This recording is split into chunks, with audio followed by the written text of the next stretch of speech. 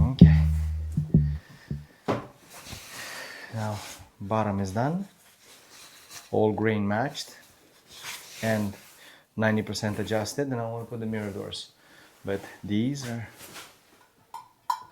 and most likely if I touch them with the mirror, I might smash them. So I just want to protect them in foam before I start bringing the doors in. And it's funny how many times we get like asked, because they see just the drawers, either the contractor or the client or designer, see just a drawer box with those big gaps at the top and at the bottom. But it's not supposed to look like this. Yeah, we know. Grain matched, even though this doesn't fit in a sheet. There's a split here. So all of those are grain matched. All of these ones are grain matched. But because of the way I was able to play with the material in the shop, I kind of made it match somewhat. But that side and the other three are 100% continuous grain. Makes it look so much better. 1/8 of an inch all the way around. And we have the bottom drawer is 2 drawer fronts on 1 drawer box, because the client wanted the look of 4 drawers, but the practicality of having 2 smaller drawers at the top and a large one for deeper stuff at the bottom. And we will have in the 2 in the corner at the bottom, there's actually an outlet attached to the back of the drawer box. So it's going to be very functional, not just pretty. It's going to be 100% completed. But not in a day, in 2. So yesterday we were wondering if we're going to finish in 1 day. No. We left last night at, what was it, close to 8 o'clock. Yeah, and it's going to take me now half an hour probably at least to wrap them all up. But I could not do it. But then if I smash one of them, at that point I would have wished I would have done it.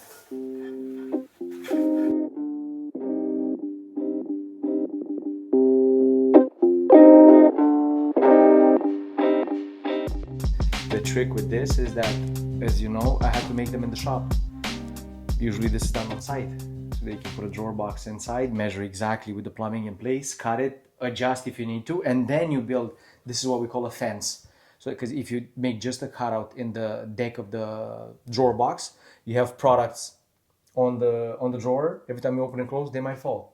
But like this way, you have a fence. It's not a fence, it's a fence. And you cut this and you install it once you know that the cutout fits perfectly the plumbing. And the guys, whenever they do the installation, every time we do installations, those cutouts are done on site so that you're not going blind. But me, I didn't, because the drawer boxes were at the shop, plumbing was done, and wanting to gain some time, I took the chance on doing them in the shop. Fortunately, this time it had worked. But it would have been a disaster if my fence would have somehow touched the plumbing, because I would have had to take them back to the shop. Because it's 2 ways you could do the fence for the plumbing. You do, and that's how we do it all the time actually in Montreal. You install the cabinet, you see where the rough plumbing is coming out of the wall, and you determine, or the installer determines, how much space they leave for the plumbing. But as we have seen in one of our previous videos here, where we went and we had to realign the misaligned drawer boxes, the plumbing was not really done respecting the cutouts that we have made for them.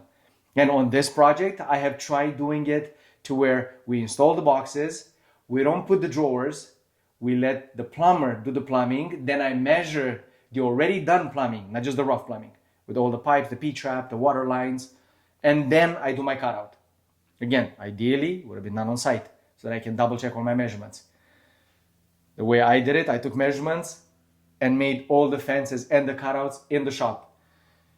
And all while I was putting them together, I was like, man, I hope this works. I really hope this works. Because we had 20 drawers that I had to cut. So yeah, it worked. Luckily.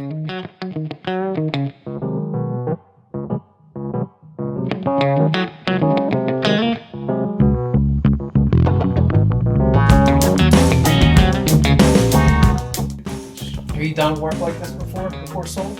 No, I haven't. It blows my mind because I'm like all the intricate detail, how well it moves. You need help holding it or anything? No. I can break it by myself. I'll install it by myself.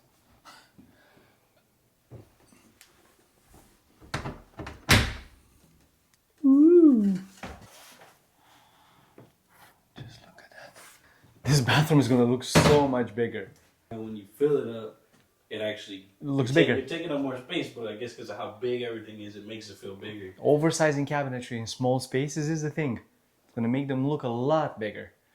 Even though you have less volume in the space because you put so much cabinetry, but you'll be able to organize everything. Yeah.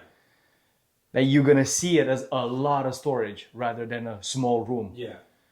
Okay, this is what held the mirror until the silicone that we used dried up. Okay. If you need to turn them around, just make sure wherever you put the corner, if you put the corner down, there's a lot of padding, or you can take a cardboard. If you put the corner on the floor, it might scratch it might even crack the mirror because they're pretty heavy. Let's see. Oh, You again. you again. I didn't say it this time. It's a bit red.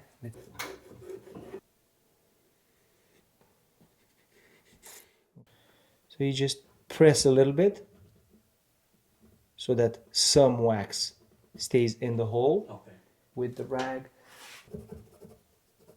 It works better with the thinner. It's wax, right? Mm-hmm. So when you create friction, you're making heat actually. Okay. And it's gonna come off the piece onto the cloth. Again, it depends how much you put. Yeah. But you don't have to put a lot because it's a 23 gauge nail. It's super, super tiny, the hole. Most likely nobody will see this but us. Yeah. But look how much nicer that looks. Yeah. Like, why wouldn't you do it? The way I would do it is vacuum everything, marker everything, wax everything, just cap everything. Each step, all the way through each drawer. But whichever way is more comfortable for you. There we go. See? Corners, nails, screws, where? I don't see anything.